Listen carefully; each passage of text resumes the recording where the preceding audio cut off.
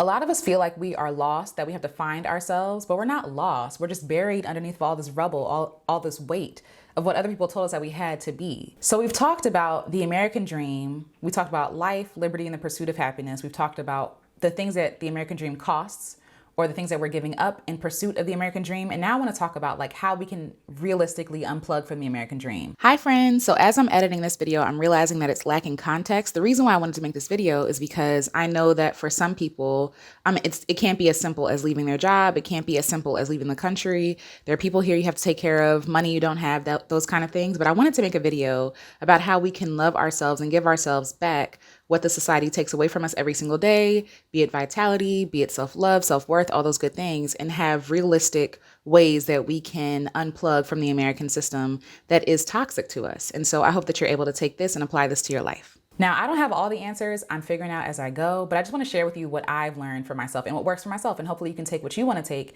and apply it to your own life. Number one is determining what my dream actually is. I'm literally allowing myself to be a child. I'm allowing myself to play and have fun and figure it out, not have all the answers, to be messy, to experiment.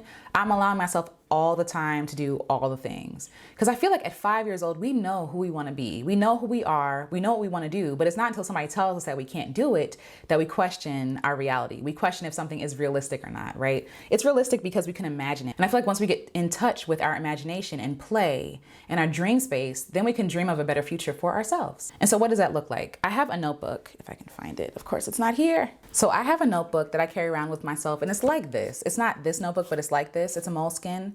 And I allow myself to dream. I allow myself to play, to invent, to create, and not judge myself. I'm not judging myself harshly. I'm not saying that's not realistic. I'm just allowing myself to go, right? And if I see a pattern, then I'm thinking, hey, maybe there is something to this. This is something that I talked about 3 months ago or a year ago. Maybe I should revisit this. And maybe this is my dream. It's a place to get away and to just be, to dream, right? To be safe enough to dream, to not worry about other people's judgments or having it come out right. It's really about what you want. It's a safe place just for you. So the next thing I'm doing is living slowly. In the last video, we talked about how the American dream makes you rush and go and you miss out on your life. There is beauty in taking your time.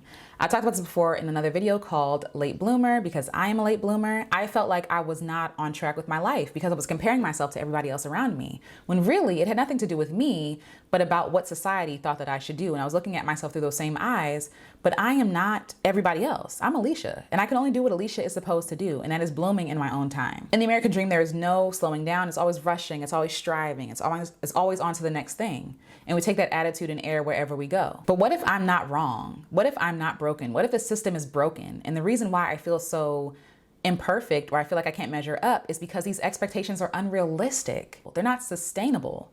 So I'm taking time to live slow, to take my time, to actually smell the roses, to actually be present in conversation, to go deep instead of going fast. And while I'm going slow, I'm able to pick up on what brings me joy, or what relaxes me, what irritates me, take note of that, to make these small changes to make my life more enjoyable. To figure out what I'm doing just because I feel like I've had to always do it, instead of figuring out what I actually like. That takes more work and energy and time. A lot of us feel like we are lost, that we have to find ourselves, but we're not lost. We're just buried underneath all this rubble, all this weight of what other people told us that we had to be. And the only way that you can get in touch with that real person is by taking time to slowly lift away that weight, to carefully, without harming yourself, push those things away to find out who you truly are. And just think about what happens when you rush, right? When you're rushing out the door, when you're rushing down the highway, you make more mistakes, right? You forget things. There's more room for error. There's more room for missing details, the important things in life. When you go slow, you take your time, you make a checklist. You say, okay, I have everything I'm supposed to have. I'm ready to go. Oh, I forgot this thing. Let me go back and go get it. That's how you can make your life more sustainable without anxiety or rushing or feeling like you're behind. Going slowly allows me to make more decisions with tenderness, kindness, and love. And that's what I want my life to be all about. Not rushing, not anxiety, not pressing, not striving, but slow, deliberate, and intentional steps in my life. Hi again. So if we're talking about going slowly, we have to talk about growing slowly. A lot of people want to go fast. They want to get everything right now. They want to be super successful. And the mark of being successful is having a lot really quickly. But what I've come to learn is that growing slowly is more sustainable. It is kinder to ourselves. It is easier to manage. And so just like this YouTube channel, like I've been making videos for a while, and it's not until now that I've seen like an uptick in growth. And so in the beginning, I thought I wanted to be super successful right away. But now that I see that I'm able to make deep connections with people, that is what is successful to me. So it's not necessarily the mark of like growing or, going viral or these kind of things. My mark of success is all about growth that I can maintain and that is sustainable and that is not overwhelming to me. So I hope that makes sense. And to be fair, what is praised in society is going fast, blowing up, going viral, all these things, but it's just not sustainable and it's just not realistic. A lot of successes that you see that live today that are still, thriving, they grew slowly. And with slow growth, you're able to make deeper connections. You're able to, manage things better. You're able to not be overwhelmed or burned out. You don't have too many voices in your ear. And I feel like that is the mark of true success. Not necessarily blowing up fast or going fast, but growing slowly, like having things, go healthily. When you have too many things, you're overwhelmed. You're not able to keep track of things as you're supposed to. So going slowly is really helpful for me. All right, the third thing that I'm doing to unplug from capitalism and the American dream is to determine what is enough for me. Now, we've talked about how contentment is not a thing that exists in the American dream. It's about acquiring more and doing more and, being more, right? It's never about being in the moment. But if I decide what is enough for me, then I actually have a benchmark. The problem with the American dream is that it is elusive. It is not one thing. It is not one size fits all. It is elusive. It is something we will forever be chasing if we choose to chase it. But if I determine what is enough for me, I have a benchmark. If I say I only need $20,000 to live well, to travel, to do the things that I want to do, then I have a mark that I can meet. And it doesn't have to be met all at once. I can take my time to get there. With the American dream, once I get to 20,000, it's like, well, why don't I get 40,000, right? It's really easy to fall into that trap. And so once I determine what is enough, it leaves more room for play, for enjoyment, for pleasure, for rest. When you have a baby, they will eat until they throw up. We do the same thing. We don't know what enough is. And when we don't know that, people can pull us any kind of way. They can tell us that we should want this thing. They can tell us to pursue this thing, right? Because that is the idea. But if we're grounded and we know who we are, we know what we want, and we know what enough is, then we can pursue the thing in a healthy and loving way. So I have a few questions that I ask myself, right? So here are the questions. What is my dream? What does it require? How can I afford that? Not, oh, I can't afford that. Okay, well, if I can't afford that, how can I make it happen? And I'll use an example later. Give me 1 second. What resources do I need to achieve this thing? How do I take my first step? For example, I have always wanted to travel. I wanted to travel, but I always felt like it was too expensive. I felt like I can't afford hotel stay and, flights and all these other things. So me and my husband moved into an RV. And so we were able to hack that and travel while also having everything we need with us. We weren't staying in a hotel every single night. Sometimes we did, but for the most part, we were in our RV. And it was amazing. It was wonderful. And we were happy to have that option to travel. There's somebody else on YouTube named Stephanie Perry. I'm sure you've heard of her. She's amazing, but she talks about how you house it to travel. And I would have never thought of that. There are ways that you can pursue your dream without costing so much money. And I'll provide her links below because she's a great resource and a lot of other people are as well. And I provide other resources to other people as well. Number 4 is redefining what success looks like for me. So not even just determining what is enough, but what success looks like, what it feels like. What is success when I reach there? And I can determine what success looks like for me. Maybe success isn't that I become rich and famous. Maybe success is that I just make music and I put it out there, that I try, right? I can determine what success looks like for me. It doesn't have to look like what other people deem to be success. And to this point, there are so many people today who say that I'm not successful. I'm not a successful artist because I'm not, winning Grammys. I'm not touring. I'm not on the, Billboard Top 100 list, whatever. There are many reasons why people say that I'm not successful. But I am successful. I make the music that I want. I make the art that I want, the content I want, when I want. I put it out there. I have fun. And so because these are my marks of success, nobody can take that away from me. I'm not chasing the wind. I'm not chasing people's approval. I'm not chasing their definition of success. And so I feel like a lot of us get trapped because we feel like we want to be successful to other people, but we never really consider what success actually looks like for ourselves. And then sometimes you have to protect that vision because some people will tell you that that's not enough. It's not big enough. It's not grand enough, or it's not realistic.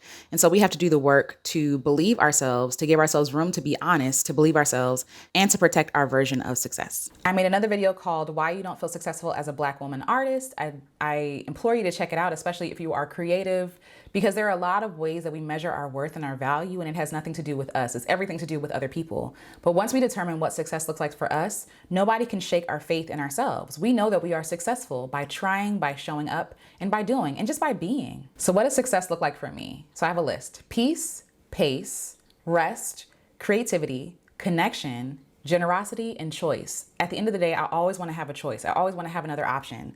I don't want to have to feel like I'm forced to do something. I want to have options to do what I want to do. And because that is my benchmark of success, I can do that now. I can find peace now. I can pace myself now, right? I can make choices now. I don't have to wait until I reach some goal in the way future to be successful. I am successful today. As long as I'm being 100% myself, I am successful. Number 5 is getting clear on what I really want and why, right? Do I want fame, or do I just want affirmation from people, or love and community? Do I want to be a millionaire, or do I just want stability? Like, really asking the question why you want those things. And a lot of things may come up for you. Maybe you don't want to be rich and famous. Maybe you just want to be loved wholly. Maybe you just want to be seen, and that's okay. Maybe you don't want to buy more things. Maybe you just want more experiences. Asking why is so important, because so many times we just go along with things or what we think we want, and really it's just what people are telling us that we should want, or we're trying to fix something that actually has a deeper need. The American dream treats it like it's a one size fit all, and it's not. And much like when we wear clothes that are too tight, we're never like, oh my God, I'm the problem. Unless we feel like we are the problem. I'm the problem. It's really like, no, you just need clothes that fit. You need clothes that are comfortable, clothes that don't harm you, clothes that don't squeeze you all in. You need room to breathe. And so sometimes you are not the problem. It is really the system that you live in. It has nothing to do with you and everything to do with the system. And you can make the decision to opt out of wearing something that is too tight or doesn't fit, or too big and doesn't fit.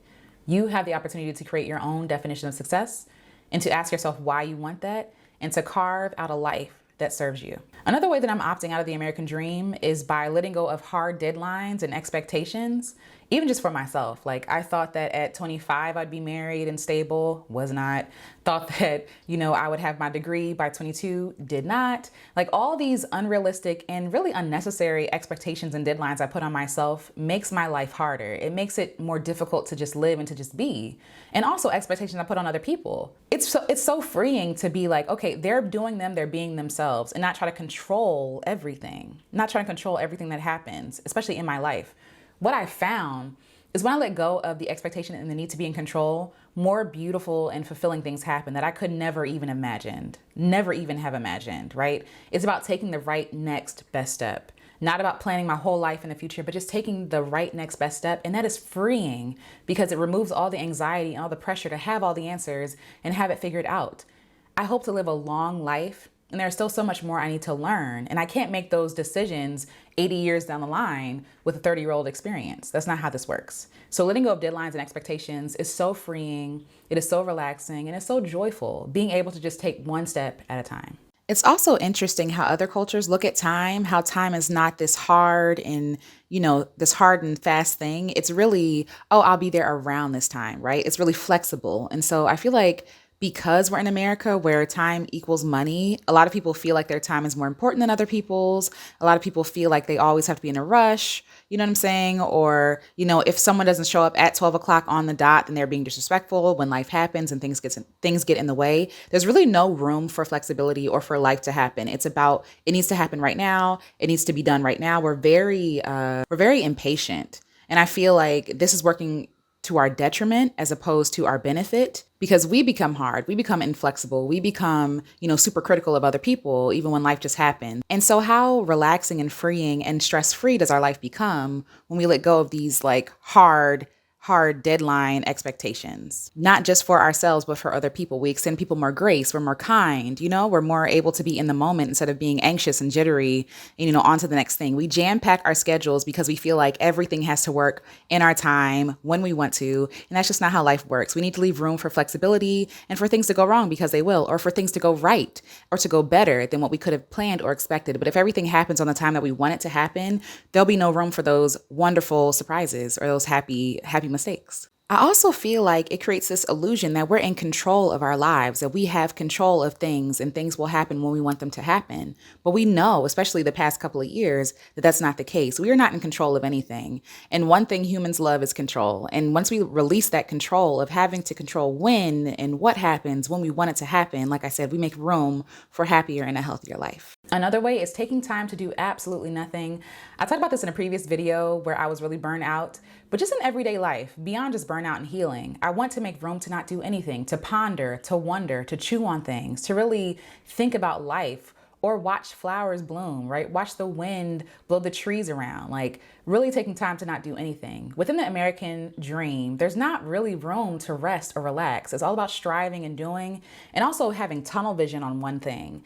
And all of this is happening out in the peripheral vision. Like all these beautiful things are taking place, and we miss them because we feel like we can't turn our head either way to enjoy those things. And how sad of a life is that, to live a life so unfulfilling? I felt like I had to earn my rest and earn my worth. But the thing is, when you take time to just be still and to not be productive, to not, hit goals and do work, you realize that you are worthy, and you have been worthy this whole time, but the system has convinced you that you're not worthy unless you're doing or producing. And that's just not true. And my last way is just by being all of myself. In this world, they tell you to pick one thing and one thing only and to go all in on that thing. I consider myself multi-passionate, and that means that I have multiple interests. Like you'll see on this channel, I'll be singing sometimes or taking pictures or having talks like this about things that, light me up inside and energize me. Like it allows me to be a whole person.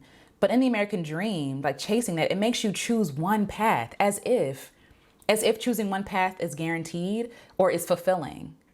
We are all multifaceted people with multiple interests, multiple passions, and we shouldn't forsake that just to be productive or to get a paycheck. And even here on this channel, like I won't niche down. I won't pick one thing. I can't do it. And that might make for more time to like grow or to, make deep connections.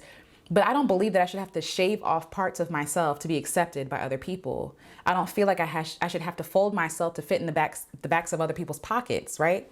I should be loved for who I am wholly, for who I am as a person, for every single side of me. There are so many pieces to me. There are so many things, so many experiences that make up who I am. And it's doing me an injustice by not being all of myself. And if that means that I have to remove myself from some situations where I can't be all of myself, which I have done, and it is very painful, but it is worth it.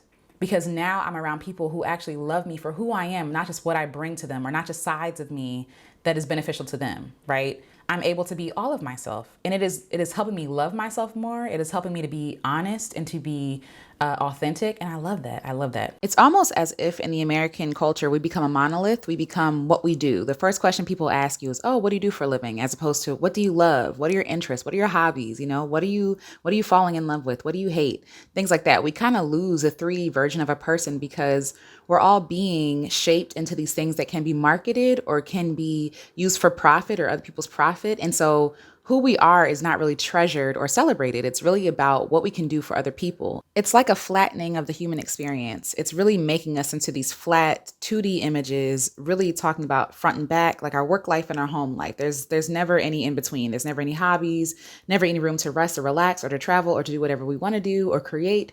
It's really about being productive and then going home to your family. And that's about it. I don't want to be a 2D image. I want to be 3D. I have multiple sides to myself, and I feel like every part of you should be able to shine. And so I am reclaiming myself and uncovering myself by accepting all of myself, all the things that make me who I am, not just who this country told me that I had to be, or, what I write when it says, what is your occupation? It's really about seeing myself as a whole person with needs, wants, desires, who deserves to be loved, respected, and treated well. I got some pushback on the initial American Dream video, and people were saying, well, you're just gonna have to suck it up and do it because this is America and this is, what American demands, blah, blah, blah. And my thing is, why don't we ever push back on that? Why do we accept this as normal? Why do we say, oh, well, it's always been this way, so we have to keep it that way? That's not how anything works. If anything, if something is being progressive or if something is improving, it's taking in data to improve, right? But this system doesn't want to improve because it has gotten along for so long, becoming wealthy and profitable and large off of the exploitation of other people. And so I am willing to push back. I am willing to be a dissenting voice saying, you know what? This is not it. This is not what it is. And this is not what it was supposed to give. Okay. I am opting out of it. And I hope that more people start to push back on that. Why do we accept that as, well, it's always been this way, so that's how it has to be? Says who? And why? Revolutions have happened across the globe for thousands and thousands of years. Why can't this be a revolution as well? Just because something has always been doesn't make it always right. I mean, at the end of the day, slavery happened here and that was far from right, but it had been there for hundreds of years. And so I'm sure people have said, well, that's just how it has to be. No, it doesn't. It's showing that it doesn't have to be like that. This is my mini revolution here. This is what I'm committed to, being myself, being authentic, sharing my thoughts, even if people disagree with me, even if people don't like it. And hopefully someone listening to this will check in with themselves and say, hey, you know what? I don't want to do this anymore. And that would be a win for me. And the truth is that if one person can get free, so can you. It is possible. Your freedom might look differently than somebody else's, but you can have your own version of freedom. You can have your own dream. So if you like this video, check out the next video about the American dream. I hope that you enjoyed this. Please let me know what you think below. I would love to hear from you. And until next video, you all, I will talk to you all soon. Keep loving yourselves and loving each other. And I'll talk to you all later. Bye.